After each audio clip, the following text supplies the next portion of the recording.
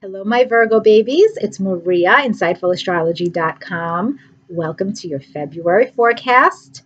I think that by now you're all settling into the new energy that we all have, which is Saturn and Jupiter both moving in Aquarius. And for you guys, this is a sixth house energy. So the sixth house is familiar territory to you. This is work. This is your schedule, your routine, service, and it is your health. And so you have a karmic lesson now in these matters. This is about mastering your craft. This is about really getting a handle on your schedule and your work life and your routine.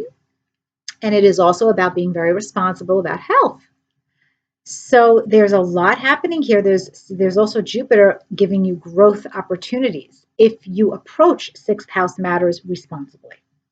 But in February, any uneasiness in sixth house matters that you've already started to feel, what's going to happen in February is that you are going to have an opportunity, a little month of a reward cycle connected to a sixth house matter for you if you are willing to do the Saturn.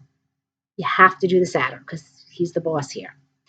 But there's a lot of energy, Virgo, in your sixth house this month. It is all sixth house. We begin the month with Mercury retrograde here. Mercury is your ruler. And so you are confused about a work situation. You're not sure if you should go back to an old job. You're not sure how you should schedule yourself. You're not sure if you should pick this doctor or that doctor. There's a lot of second guessing yourself.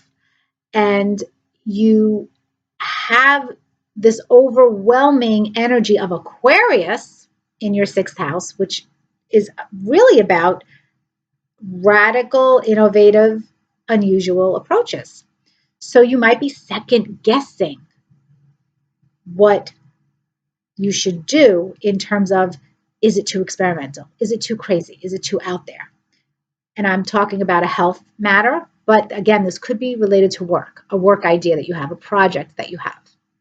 So you'll settle into understanding and having clarity after the 20th when Mercury goes direct. And there's such a big opportunity for you.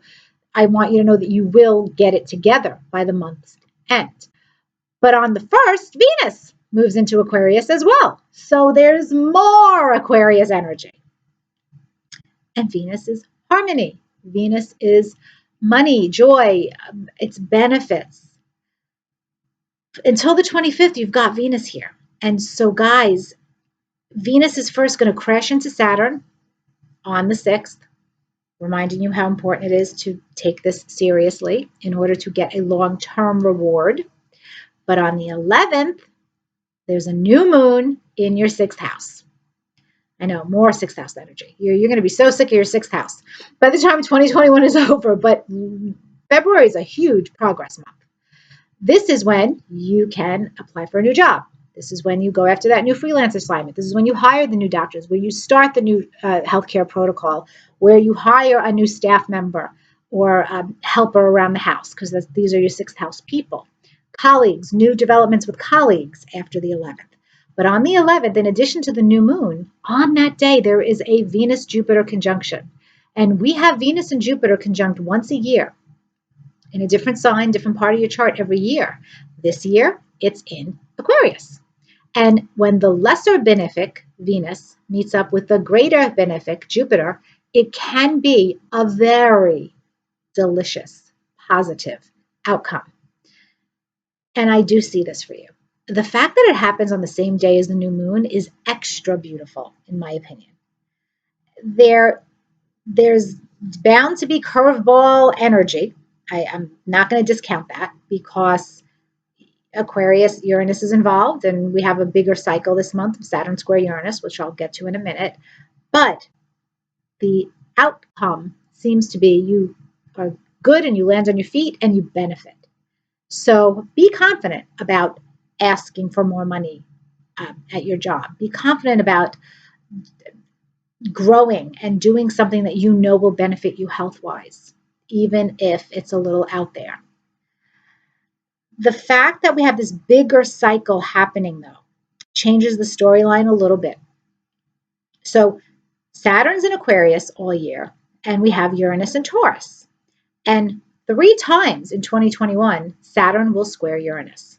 The first time this happens is on February 17th. And while Saturn is in your 6th house, Uranus is in your 9th house. And the 9th house is publishing, advertising, broadcasting, the legal world. It is international matters. It's faith, religion, beliefs.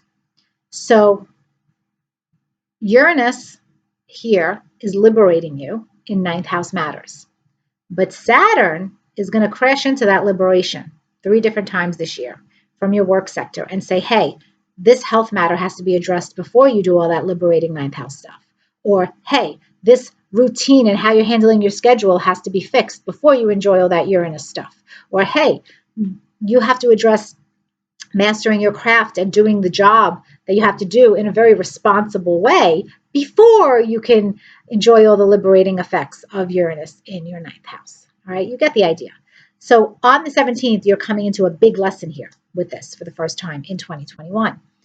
And you have to put this in with your reality, guys. I'm giving you the themes. I don't know the life that each of you Virgos are living, but I can tell you the theme is that Uranus wants to liberate in a 9th house matter and be free of it, but you can't be until you take care of those details in the 6th house.